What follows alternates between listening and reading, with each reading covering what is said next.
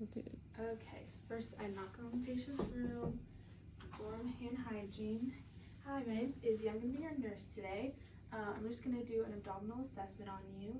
It should only take like 15 minutes. Do you have any questions? No. Okay. So I gathered my equipment, my stethoscope, alcohol pads, and ruler. I provided drapes and coverage. And yeah, so I'll start. I'm just going to start with some questions. So do you take any medications? No. Any specific meds for GI? No. Okay. Do you, your lifestyle and health practices, do you like go out and exercise a lot? Yes, I play soccer. Okay. Do you drink caffeine? Yes, at least once a week. Okay. Do you experience a lot of stress? Yes, during school a lot right now. Okay. Does it cause you any GI problems? Only sometimes. Okay. Do you have any difficulty swallowing? No. Okay. Do you have a good appetite? Would you say you eat normal? No? Okay. Do you have any food intolerances? A little bit, but nothing too bad. Okay. I am lactose intolerant, so. Okay. Do you just avoid that Mhm. mostly? Do you have normal bowel habits? Yes. Okay. Have you had any GI procedures or surgeries? Yes, I had a colonoscopy and I had a gallbladder removal. Okay. Was there anything concerning about your colonoscopy? Nope. Okay. All right. Do you have any irritable bowel, anything like that? No. Okay. Do you have any pain in your abdomen? Only a little bit, but nothing to worry about. Okay. Does it happen like a lot? Only with certain foods, so. Okay. What location would you say? Probably the lower. Lower. Okay. Are there any, you said foods, would that be your aggravating factor mostly? Okay. Are there any relieving factors? Not really, just drink Sprite sometimes to help it. All right. Do you have any family history of any GI problems? No. All right. So I'm going to start with my inspection. So if I can have you lift up your shirt to wrap right here, if that works. Okay. So I'm just looking at the contour of your stomach. It's flat, making sure it's not protruded or anything, which is seen in like pregnant women or obese people. I'm looking at the symmetry of her stomach. It looks equal. I'm looking at her umbilicus, seeing if it's an in or outie, which is inverted or protuberant. Looking for any inflammation of her belly button, making sure it's midline, and it does seem to be. Looking for any scars or lesions. I see 2 marks right there from your gallbladder. Okay. All right, and then I'm also looking for the color, seeing if it's uniform. And it does look like there's no patchy spots, no cyanosis, pallor, any redness, nothing like that. It all looks the same. And I'm also looking for any visible pulsations. I don't see any. That's seen in mostly like in people if they're thinner, like super thin, you can see it, or an abdominal aortic aneurysm. That's mostly what I would be looking for, making sure there wasn't anything that I could physically see and that would be concerning. And then I will auscultate. So I'm gonna clean my stethoscope.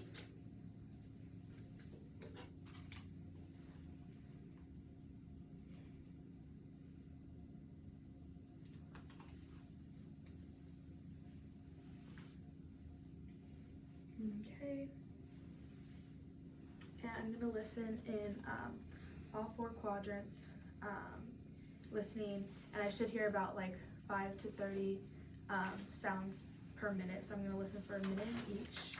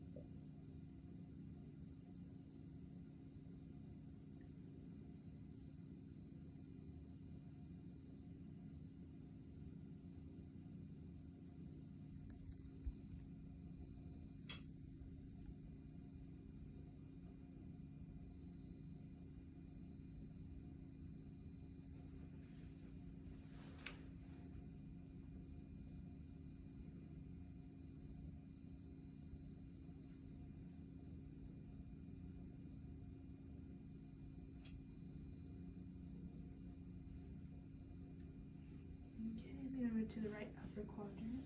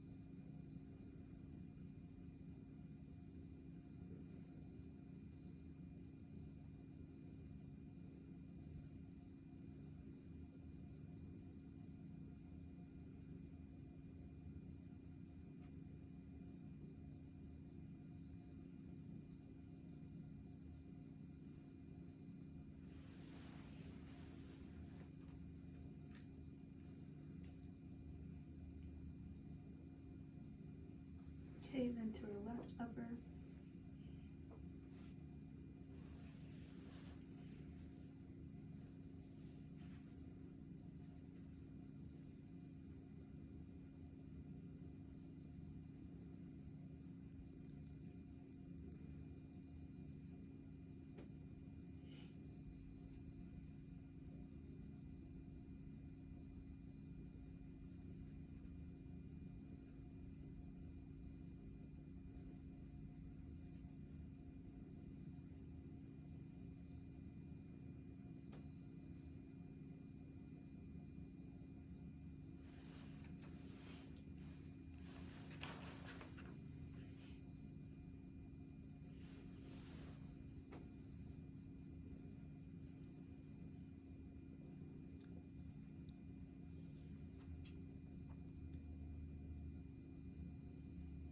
Okay, then to our left lower.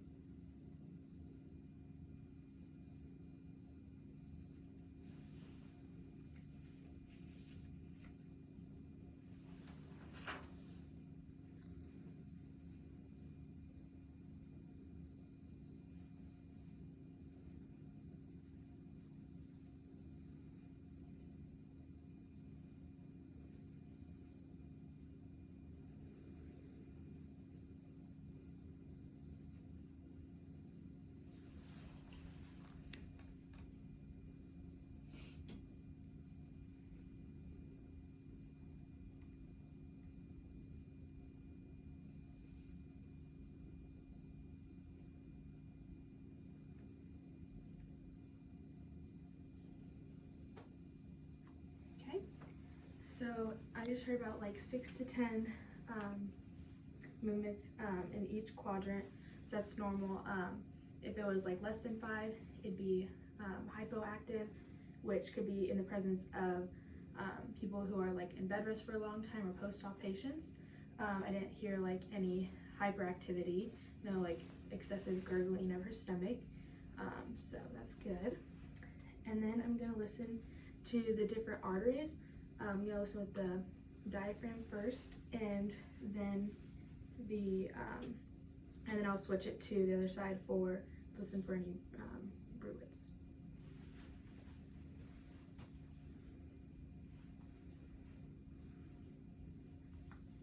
Okay, so first the aorta, which is in between the xiphoid and the umbilicus, so right under the ribs, right there.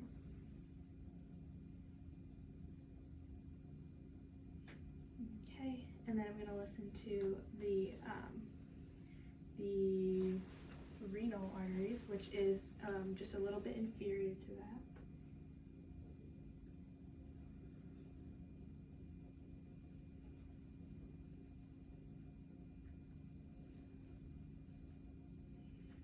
And then the iliac arteries are just slightly inferior to the umbilicus.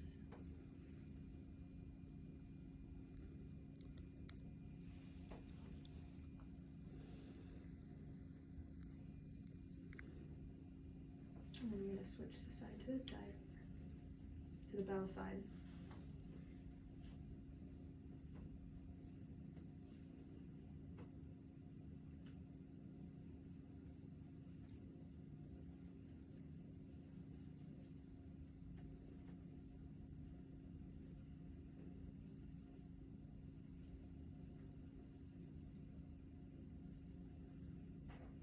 Okay. And I didn't hear any bruise or anything, nothing, no excessive swishing or whooshing sound. And then next I'm going to do percussion. So I'm just going to start in the right quadrant and then move around following the colon.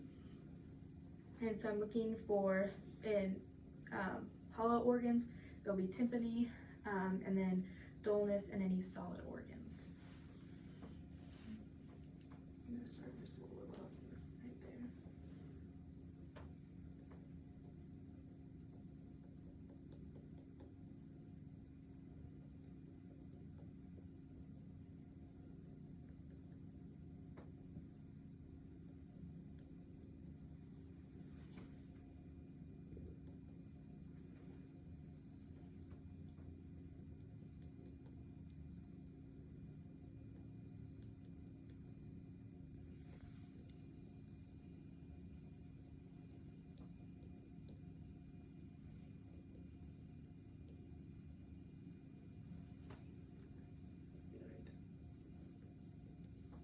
Okay, and then I'm gonna test the liver and see the margins of it. So I'm just gonna, I don't have a marker, but if I did, I would mark where I stopped hearing from where I heard resonance to dull. So should be around here. So I'm just gonna see where her ribs are. It may be a little bit under there. And just cast where I hear it.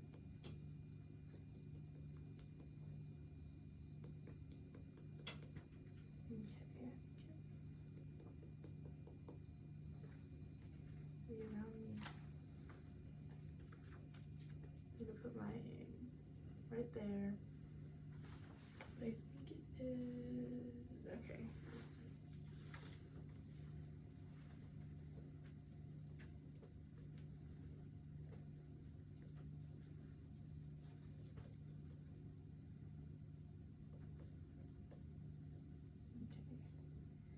Then I would just measure where it is.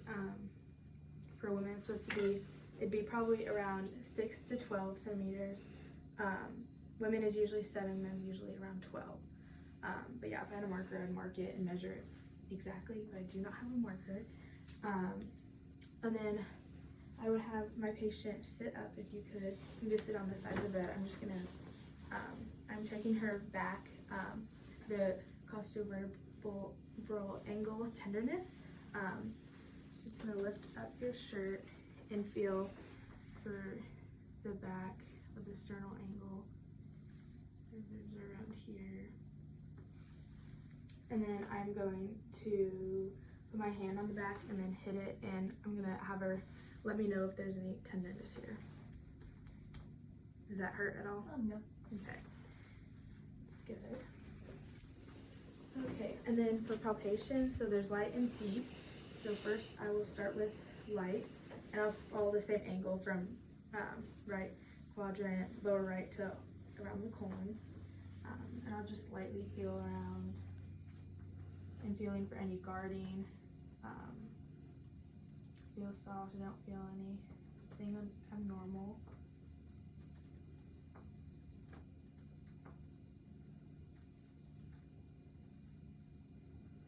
And I'm just doing light circular motions. Yeah, I don't feel any, did you feel any tenderness with any of that? No. I don't feel any rigidness, anything like that.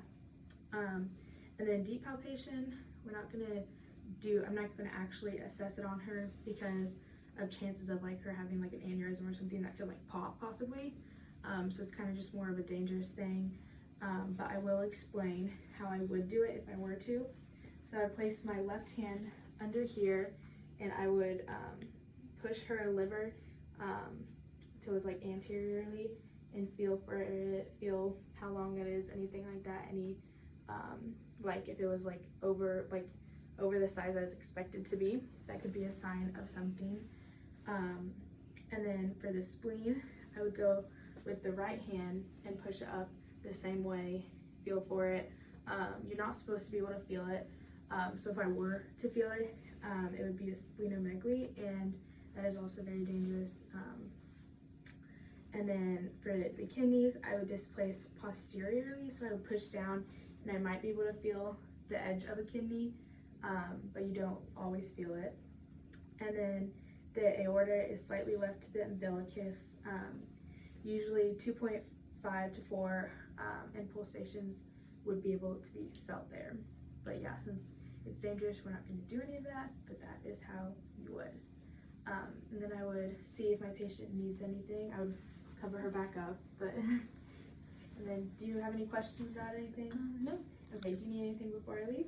not right now. Okay, and then I would perform hand hygiene and exit the room.